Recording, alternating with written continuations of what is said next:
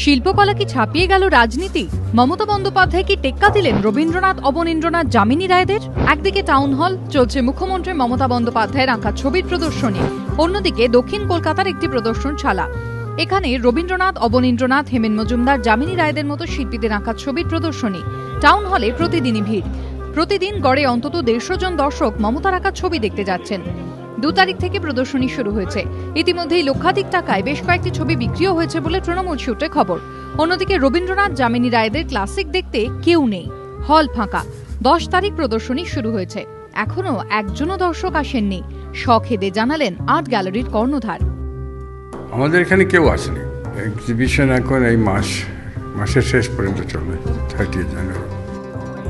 তাহলে কি মমতার শিল্প টেক্কা দিচ্ছে রবি ঠাকুর যামিনী রায়দের? প্রকাশ কেজরিওয়ালের মত, এটা শিল্পের ব্যাপার নয়, মমতা বন্দ্যোপাধ্যায় মুখ্যমন্ত্রী, উনি যাই করবেন তাতেই ভিড় হবে।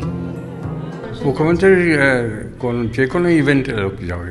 It's not a question of heart only, anything she does people will go. Shubha Prasanna অবশ্য মনে করেন, ঠিকমতো প্রচার না করার কারণেই যামিনী রায়দের ছবির প্রদর্শনীতে ভিড় হচ্ছে না। যদি আমি আমার বাড়িতে এক্সিবিশন করি, সেরকমভাবে যদি মানুষকে না জানাই, তাহলে পরে কি করে আসবে? এটা তো কোনো কথা নয়। টাউন হলের প্রদর্শনী না, সে স্বাভাবিক। সেখানে তার one man show, one person show, সেখানে 250টা ছবি, তিনি মুখ্যমন্ত্রী, তিনি আঁকছেন, সেটা প্রচারিত, ওটা প্রচার করেনি। আপনার ব্যক্তিগত সংগ্রহে কিছু ছবি আছে, সেটা আপনি যদি ঠিকমতো প্রচার না করেন, তাহলে পরে লোক যাবে কি করে?